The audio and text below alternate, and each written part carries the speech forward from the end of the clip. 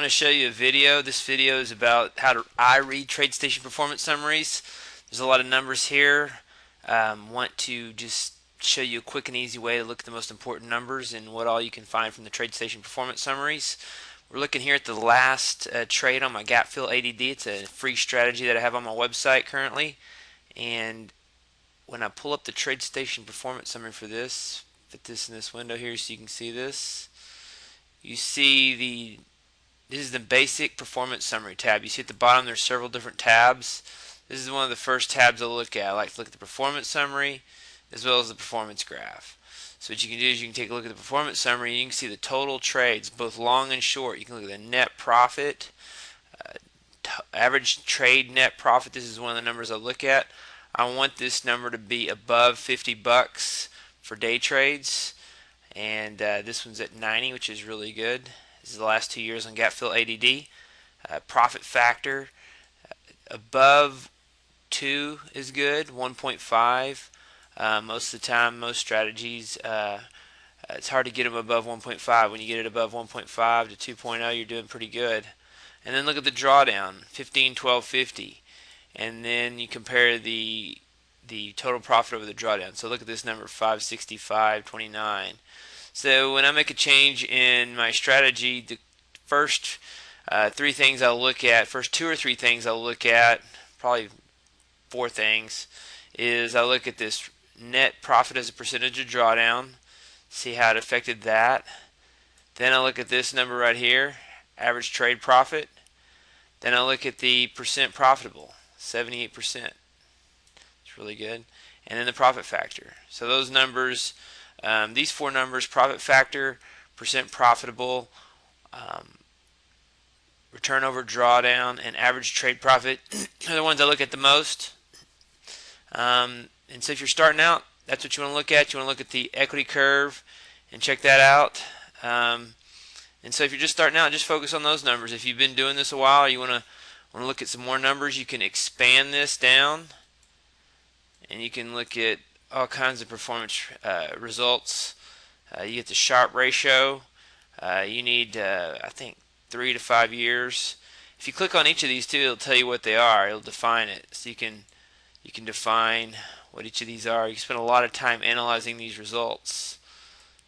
I basically look at it in the collapsed version. You can also compare the long trades to the short trades, see where most of your profit came from.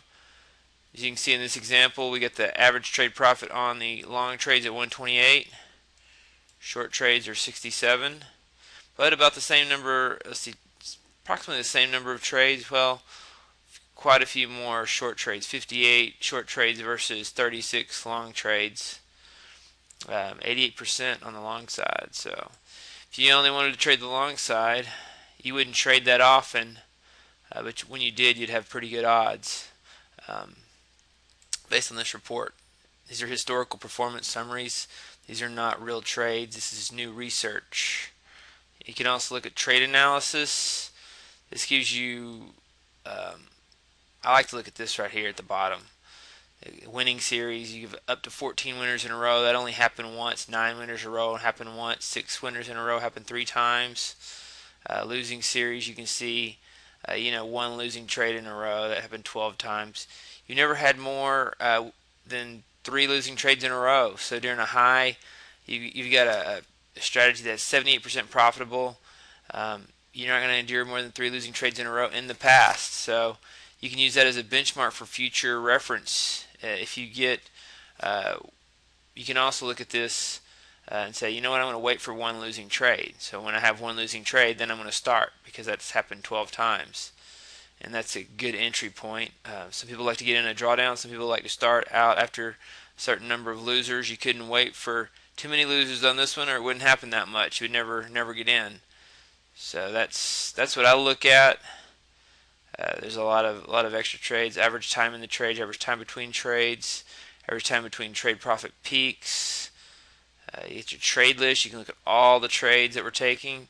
You get your periodical returns. You get your daily, annual, monthly, weekly performance graphs. You get a whole list of performance graphs. You can look at this.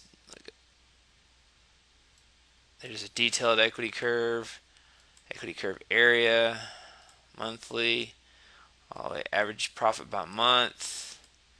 So you can say, well, August, September, and December, this isn't very profitable, but it's only 2 years, so not enough samples to pick out a monthly seasonality just by looking at 2 years. I mainly just look at the equity curve line. You can look at the trade graphs, maximum adverse excursion, maximal favorable excursion. I talk about these in my book, but you can use these to help you find your stop losses and profit targets. I recommend if you're going to use these to find your stop losses and profit targets, that you take out your stop losses and profit targets and just look at the data based on its entries and exits.